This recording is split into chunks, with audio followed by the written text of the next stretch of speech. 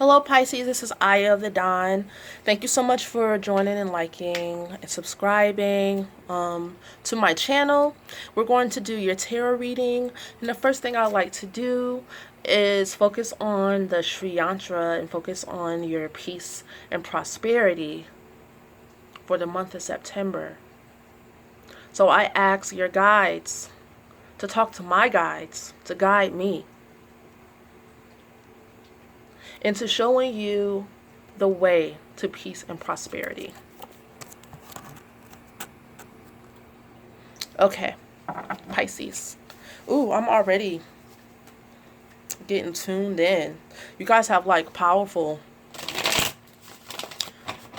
energy, potent. Maybe because of this full moon. Hold on a second.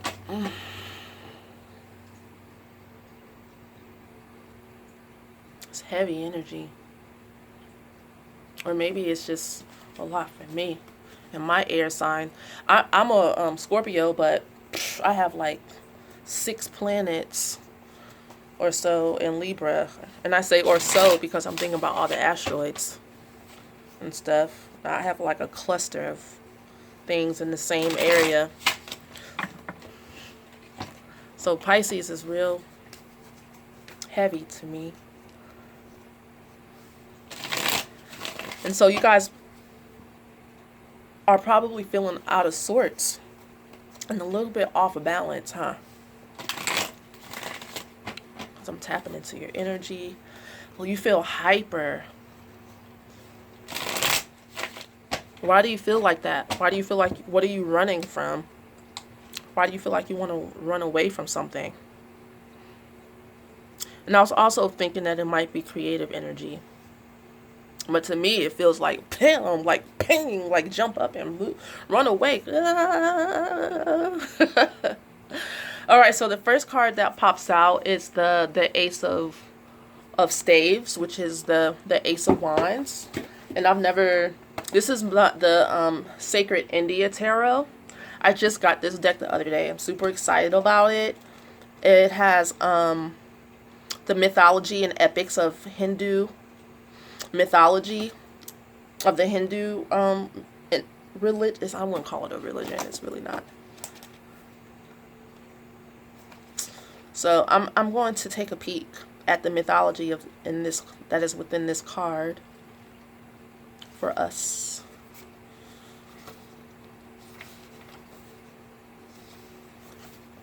It gives me so much depth and insight into these readings. Bridge across the ocean. Okay. The impossible is suddenly prosic reality. A bridge has been built upon the ocean. The demon king Ravana was secure in his island fortress of Lanka, the city of gold, bounded by the impossible sea. Ravana, who has kept the kidnapped Sita, wife of Rama, prisoner in Lanka, is shockingly confronted with the unbelievable news and unthinkable consequences. My foot's falling asleep. Ew. Rama has effortlessly accomplished not just an engineering miracle, he also routed the false confidence of the Rakshasas. The Ace of Staves sears away the illusions and delusions dear to the heart. It forces a creative and ultimately more integral response to the challenge of life. If one persists in the old ways, the consequences are swift and harsh as one of Rama's weapons.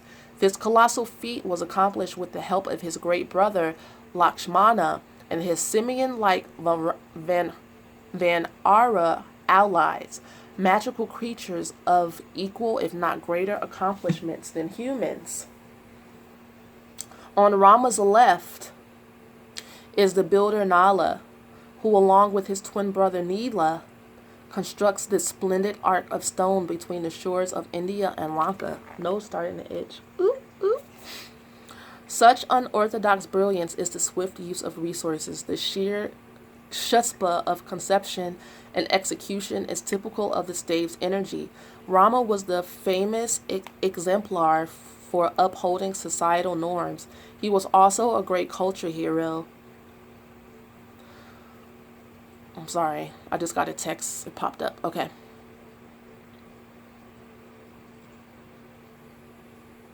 He was also a great culture hero.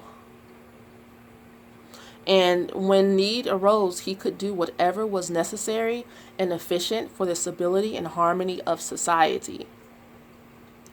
In that sense, the staves are only apparently disruptive and integrate the churn situation at a higher level of consciousness. Okay. Sudden situations unfold at bewildering speed.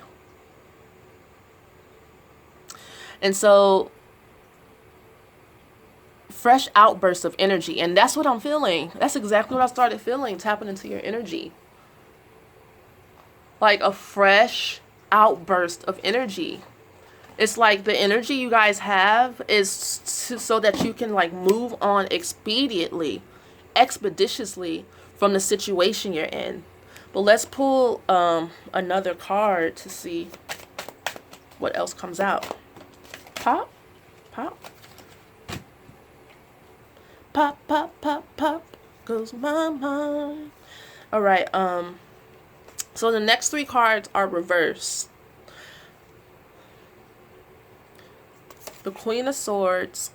Okay, so there's a bitch that is fucking getting on your nerves. Okay? Pisces, there's somebody in your world that this is the reason why you need to get up and get out. Like, she could legit be like a narcissistic person who is putting spells on people, like a really dark, bitchy ass energy. It could be a man or a woman. It doesn't matter the body that this energy is in. But this person is not on anybody's side. They're only thinking of themselves and will do anything to get their way. And the Three of Wands reversed. Well, look at it upright first.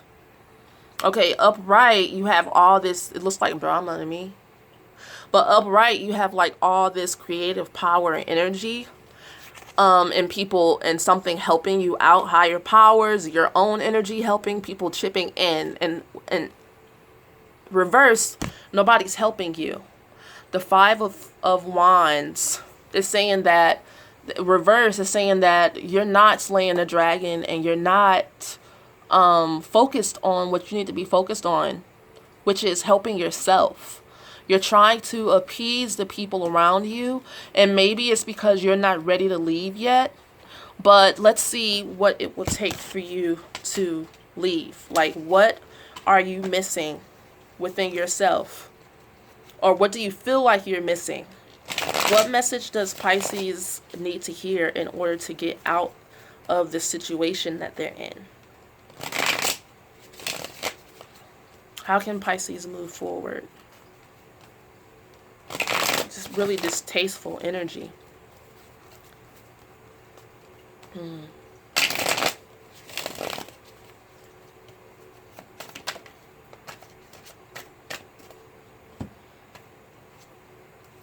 Beautiful. Beautiful. Beautiful. Now, I'm going to research these cards and look deeper into them because I'm still learning this deck, and I'll be right back. Okay, so the cards I pulled were the Knight of Arrows, which is a Hanuman who moves swiftly throughout the earth and is knowledgeable, has a great attitude, but the key word is movement. Swift movement, fast movement, sometimes so fast that you don't know what you're doing. But in this instance, you do know what you're doing, and you're tired of doing the same things, and it's time for you to kind of shake things up. This is the Hierophant, okay? And the Hierophant comes when, you have established your way of thinking to the point to where you've become bored. You become bored with this life that you've been living for a long time. You need to trust yourself, and trust yourself that you have an inner prosperity that you can turn into real life abundance. That is what's missing from your experience in your life. It is time. It's time for you to trust in your own inner independence, in your soul essence. And when the spirit tells you to move, you need to trust that You know, you have the knowledge, wisdom, understanding, and the abundance. You need to be willing to accept that. Or ask yourself, why do I need to stay in a what is the benefit of me staying in a situation that's toxic? How is that benefiting me? Because any time that we put up with something, it benefits us in some way. Maybe you don't want to see yourself as this person, but this is who you are. Propaganda at your own majesty. You worked for this lifetime. There's no need for you to feel like you're undeserving, because the other cards I was looking at, everything is a manifestation of how we feel inside. This is a classroom. Everybody has our dark side is manifested on the outside as well as the light. But at this time in our class is in session, and we're learning how to, the key word is awaken to your abundance. Awaken, abundance, you know, Pee-wee's Playhouse reference, you know, like, and anything that stands in your way of that type of magic is going to be revealed, and you're going to have to face it. Now, if you would like to further delve deeper into this reading with me, you can go to my website, Eye of the Dawn, and leave me a message, or DM me at TangledFairy11 on my Instagram page, because there's a lot here to talk about. There is a lot here to talk about and discuss, but I didn't want these videos to be too long. So I'll talk to you guys next month, and we'll see how the story unfolds. Peace.